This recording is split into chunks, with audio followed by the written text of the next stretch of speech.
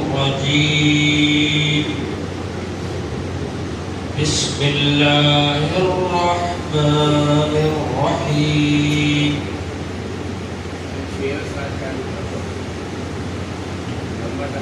قل لا يستوي الخبيث والطيب ولو أعجبك كثرة الخبيث فاتقوا الله يا أولي الألباب لعلكم تفلحون يا أيها الذين آمنوا لا تسألوا عن أشياء إن تبد لكم تسؤكم وإن تسألوا عنها حين ينزل القرآن تبد لكم عفى الله عنها والله غفور حليم قد سألها قوم من قبلكم ثم أصبحوا بها كافرين ما جعل الله من بحيرة ولا سائبة ولا وصيلة ولا حام ولكن الذين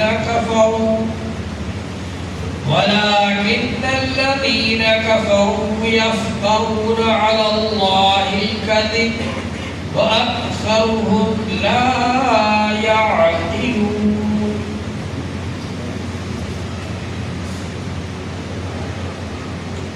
صدق الله مولانا العظيم. اس سے پہلے یہ بیان کیا گیا کہ اللہ جل شانہ نے کعبے کو بیت حرام کو لوگوں کے لیے قیام بنایا اور شہر حرام اور حدی اور قلائد سب کو قیام کا مطلب ہے اس کے ذریعے سے لوگ کھڑے ہوں اس کو قیام کہتے ہیں. خانہ کعبہ امن کی جگہ ہے. خانہ کعبہ کی برکت سے لوگ قائم رہتے ہیں, باقی رہتے ہیں, محفوظ رہتے ہیں. اللہ جل شانہ نے خانہ کعبہ کو لوگوں کے لیے حفاظت کا ذریعہ بنایا اور ترقی کا ذریعہ بنایا اور ان کے لیے کامیابی کا ذریعہ بنایا. اسی طرح سے شہر حرام کے اندر جو واجب الاحترام مہینے ہیں ان مہینوں میں بھی امن و امان برقرار رہتا ہے, راستے پرامن رہتے ہیں تاکہ لوگوں کا حرم شریف جانا آنا آسان ہو. اسی طرح سے جو قربانی کے جانور بھیجے جاتے ہیں جن کے گلوں میں ہار ڈال دیا جائے وہ بھی اور جن کے گھروں میں ہار نہ ڈالا جائے وہ بھی, یہ سب جانور بھی کیونکہ پرامن رہتے ہیں کہ بھئی یہ حج کے لیے جا رہے ہیں, جو لوگ حج کو جانے والے ہیں ان کے جانور ہیں قربانی کے, لہذا ان کو بھی کوئی چھیڑ چھاڑ نہیں کرتا, نقصان نہیں پہنچاتا. تو وہ بھی ایک اللہ تعالیٰ کی نشانیاں ہیں یہ قربانی کے جانور. یہ سب اس لیے ہے تاکہ تم جان لو کہ بے شک اللہ تعالیٰ جانتے ہیں وہ سب جو آسمانوں میں ہے اور زمینوں میں, اور بے شک اللہ تعالیٰ ہر چیز کو خوب جاننے والے ہیں. اور جان لو اس بات کو کہ بے شک اللہ تعالیٰ سخت سزا دینے والے ہیں اور بے شک اللہ تعالیٰ بہت مغفرت کرنے والے ہیں اور بہت مہربان. یہ کفار مکہ جو حرم شریف کا بھی ادب و احترام نہیں کرتے تھے اور ایسے کام کرتے تھے, مثلا یہ کہ حضور صلی اللہ علیہ وسلم جب حرم شریف میں نماز پڑھ رہے ہیں تو آپ کو ستانا, تکلیف پہنچانا, آپ کو نماز نہ پڑھنے دینا اور نماز پڑھنے کی حالت میں اوجڑی لا کر سر پر ڈال دینا, رکھ دینا, یہ سب حرکتیں جو وہ کرتے تھے.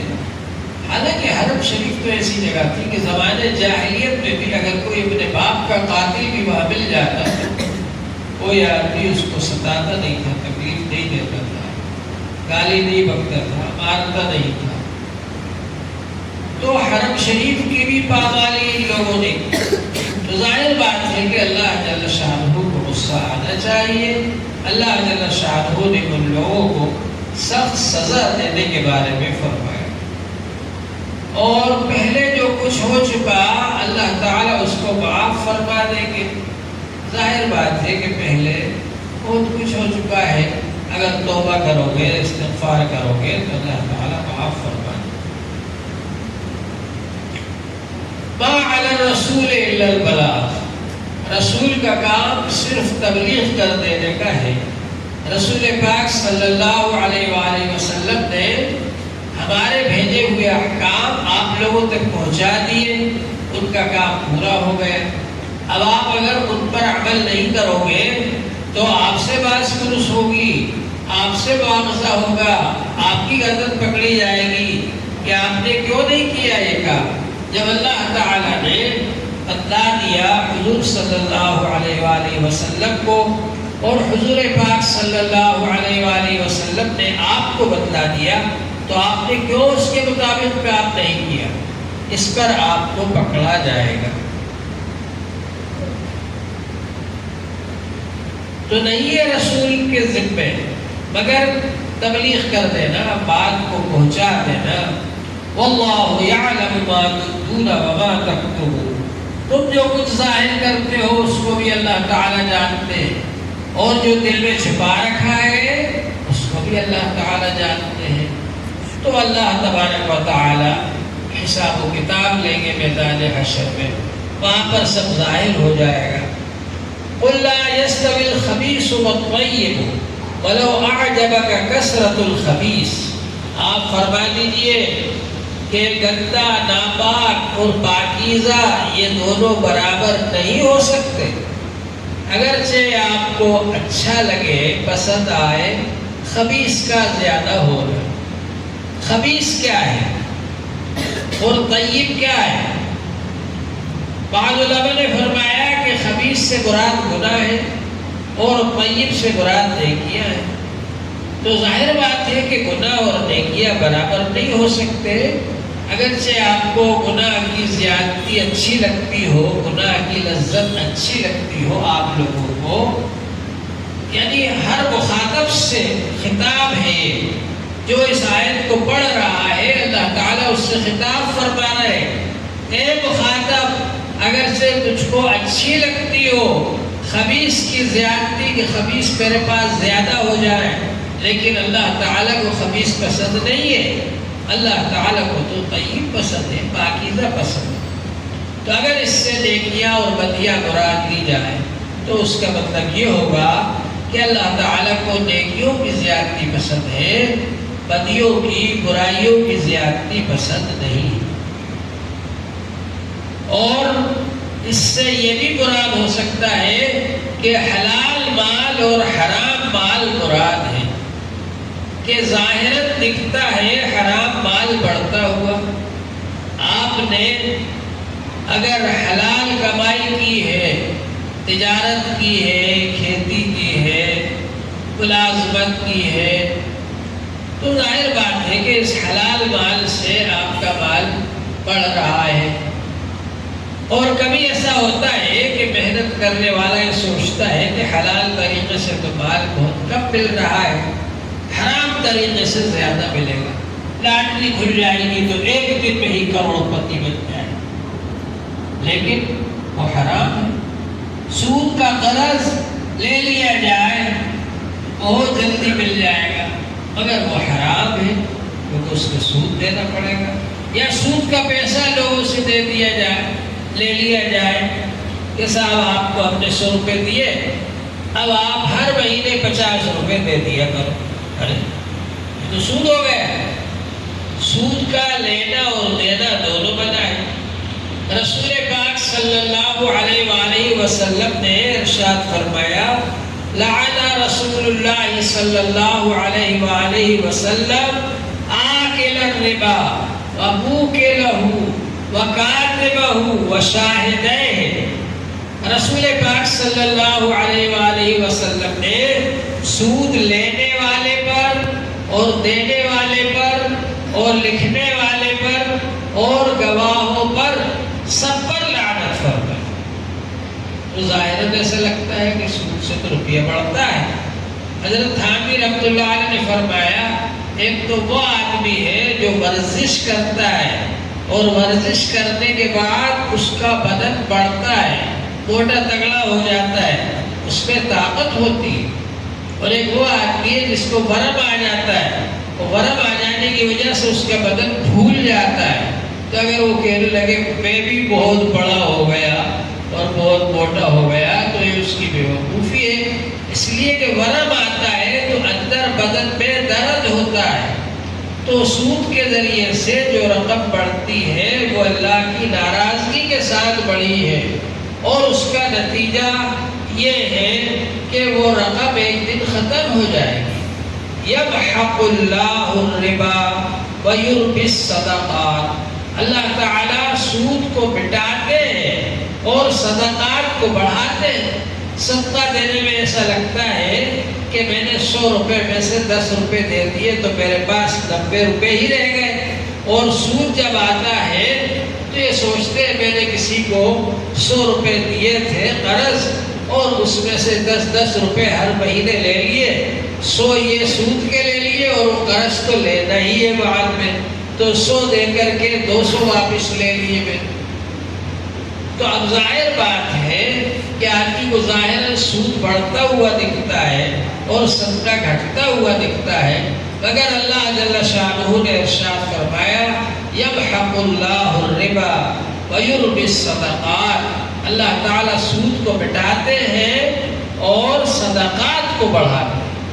آدمی صدقات دیتا ہے تو اس کی وجہ سے اللہ جل شانہ اس کے مال میں برکت عطا فرما دیتے ہیں، اس کا مال بڑھ جاتا ہے۔ اور علماء نے لکھا ہے کہ برکت کا ایک طریقہ یہ بھی ہے کہ تھوڑے سے مال میں ہی بہت سارے کام نکل جائیں۔ مال تو اتنا ہی ہے تھوڑا سا جو حلال طریقے سے ملا، لیکن بہت سارے کام اس کے ذریعے سے اللہ تعالیٰ چلا دیتے ہیں۔ یہ اللہ تعالیٰ کا فضل ہے، یہ ہے برکت۔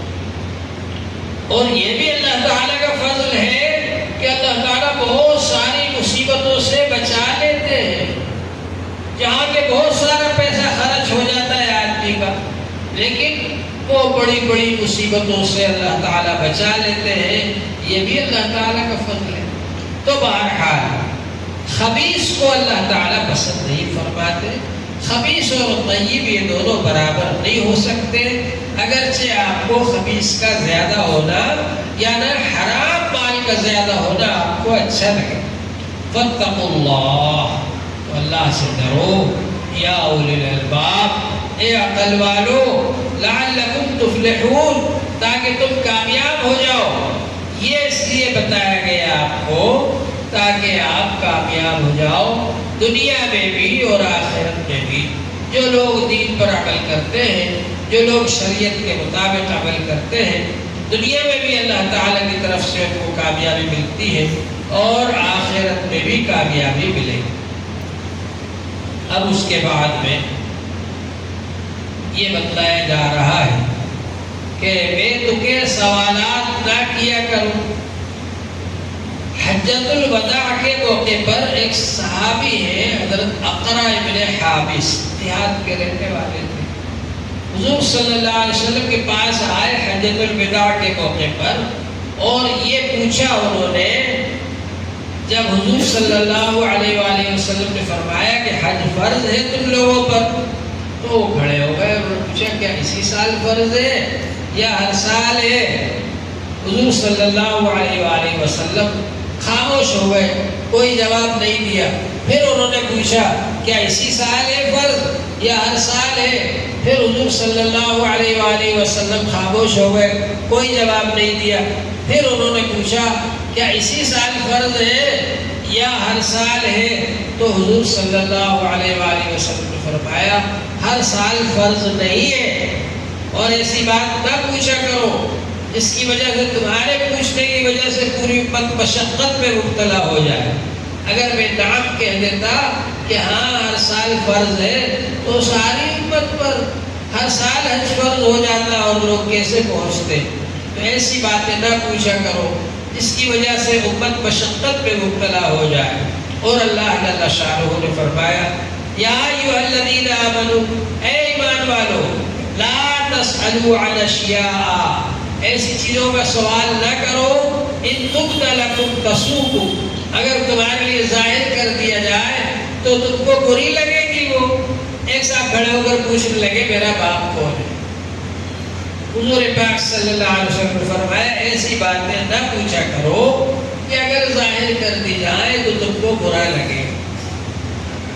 وَإِن تَسْأَلُوا عَنْهَا حِينَ يُنَزَّلُ الْقُرْآنُ تُبْدَ لَكُمْ. اللہ تعالیٰ نے فرمایا اگر یہ بے تکے سوالات ایسے وقت میں کرو گے جب قرآن پاک نازل کیا جا رہا ہے تو اللہ تبارک و تعالیٰ جو احکام نازل ہوئے ان کو بھی بدل دے گی. دوسرے احکامات آ جائیں گے، سخت احکامات آ جائیں گے. پچھلی امتوں نے یہی کیا کہ جب نبیوں نے احکام بیان کیے انہوں نے سوال جواب شروع کر دیے. ان سوالات کا نتیجہ یہ ہوا کہ سختی ہوتی چلی گئی، سختی ہوتی چلی گئی. سورہ بقرہ میں آپ سن چکے ہیں کہ حضرت موسیٰ علیہ السلام نے جب فرمایا کہ ایک شخص کو کسی نے قتل کر دیا تھا، اب یہ پتہ ہی نہیں تھا کس نے قتل کیا ہے، اب کیا کیا جائے، کیسے قاتل کا پتہ چلایا جائے. تو حضرت موسیٰ علیہ السلام نے اللہ تعالیٰ سے دعا کی. اللہ تعالیٰ نے فرمایا ان سے کہو کہ گائے کو ذبح کر دے اور اس گائے کا ایک حصہ لے کر، ایک عضو لے کر جو مقتول ہے اس کی لاش پر لگا دے تو وہ زندہ ہو جائے گا اور وہ خود ہی پتہ بتا دے گا کس نے اس کو قتل کیا ہے. اب بجائے اس کے کہ گائے کو لاتے ذبح کر دیتے، اس کا ایک عضو لے کر کے اس کو لگا دیتے. اب سوال جواب شروع کر دیے. بنی اسرائیل تو تھے ہی بہت ایسے ہی لوگ. تو جب اللہ تعالیٰ فرمایا ان اللہ یامرکم ان تذبحوا بقرہ، اللہ نے حکم فرمایا کہ گائے ذبح کرو. اب وہ کہنے لگے کہ وہ گائے کا رنگ کیسا ہوگا، گائے کی عمر کتنی ہوگی، کیسی ہوگی گائے، رنگ کیسا ہوگا اس کا، کس طرح کی ہوگی. اتنے سوالات کیے، اتنے سوالات. اللہ تعالیٰ کی طرف سے جوابات آتے گئے.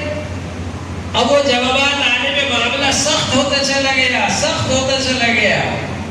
علماء نے لکھا ہے کہ اگر وہ کسی بھی گائے کو ذبح کر دیتے تو کافی ہو جاتی، لیکن اب جب انہوں نے سوال کر کے جواب آتے چلے گئے اللہ تعالیٰ کی طرف سے، معاملہ اتنا سخت کر لیا. بہت تلاش کرنے کے بعد ایک گائے ملی صرف. اب جب ایک آدمی کے پاس ہو ایسی چیز اور آپ سب کو ضرورت ہو تو وہ تو ظاہر بات ہے کہ اپنے حساب سے ہی بات کرے گا. تو اس نے کہا میں تو بہت مہنگی دوں گا یہ گائے آپ کو. کتنی مہنگی دو گے؟ کہا کہ یہ گائے کا جو چمڑا نکلے گا اس چمڑے کو سونے سے بھر کر دیں گے آپ، یہ قیمت ہے اس کی. لینا پڑا مجبوراً.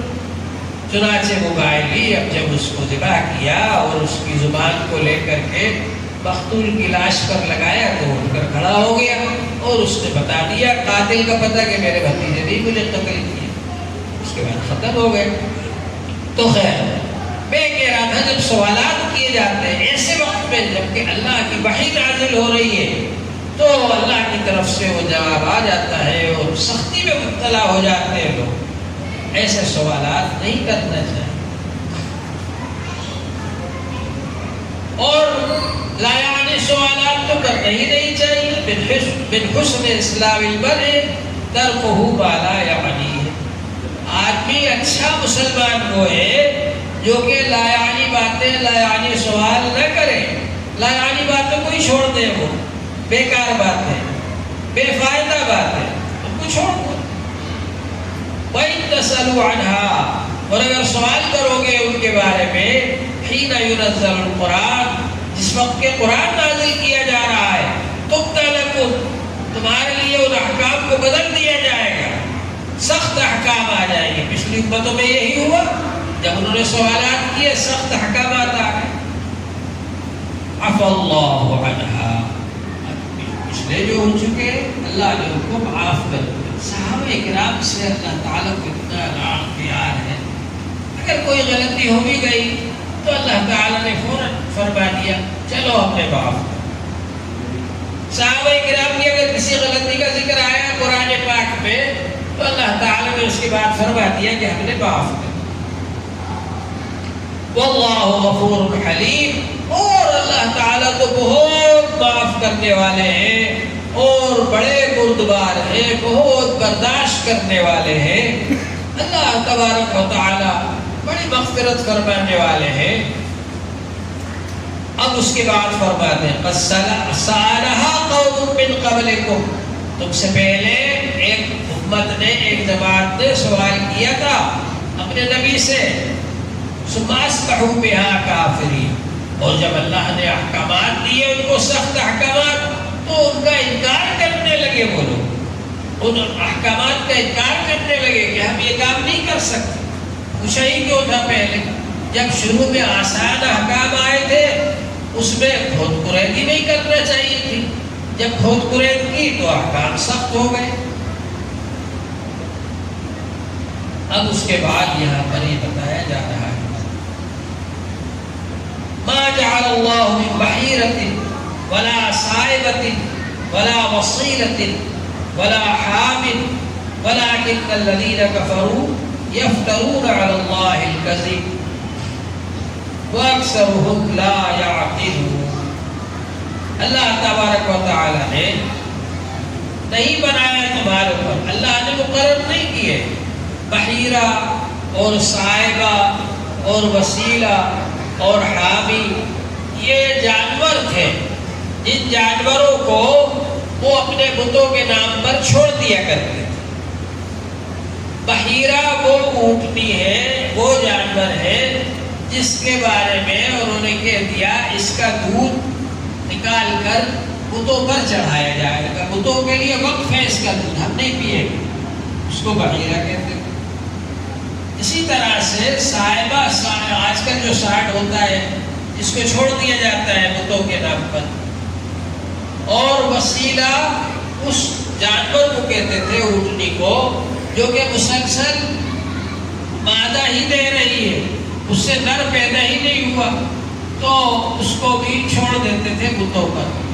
اسی طرح سے حامی، یہ وہ جانوروں کے نام ہیں ان جانوروں کو بتوں کے لیے چھوڑ دیا جاتا تھا، اور یہ سوچ لیا جاتا تھا کہ اب ہم اس سے فائدہ حاصل نہیں کریں گے، اور یہ اپنی طرف سے کام کرتے تھے، اللہ نے نہیں کہا کہ ایسا کرو، اور کہتے کیا تھے؟ اللہ نے کیا، اللہ نے یہ فرمایا ہے کہ یہ جانوروں کو چھوڑ دو بتوں کے نام پر، لا حول ولا قوت، اللہ نے تو بتوں سے ہی منع کیا، اللہ نے تو یہ فرمایا بتوں کی پوجا مت کرو، بتوں کی پوجا کرتے ہو اور ان کے لیے یہ جانوروں کو بھی چھوڑ دیتے ہو۔ وَلَٰكِنَّ الَّذِينَ كَفَرُوا، لیکن وہ لوگ جنہوں نے کفر کیا، يَفْتَرُونَ عَلَى اللَّهِ الْكَذِبَ، اللہ پر جھوٹ باندھتے ہیں کہ اللہ نے ایسا کہا ہے، اللہ نے نہیں کہا یہ۔ وَأَكْثَرُهُمْ لَا يَعْقِلُونَ، اور ان میں سے اکثر لوگ عقل نہیں رکھتے۔ اللہ تبارک و تعالی ہم سب کو عمل کی توفیق عطا فرمائے۔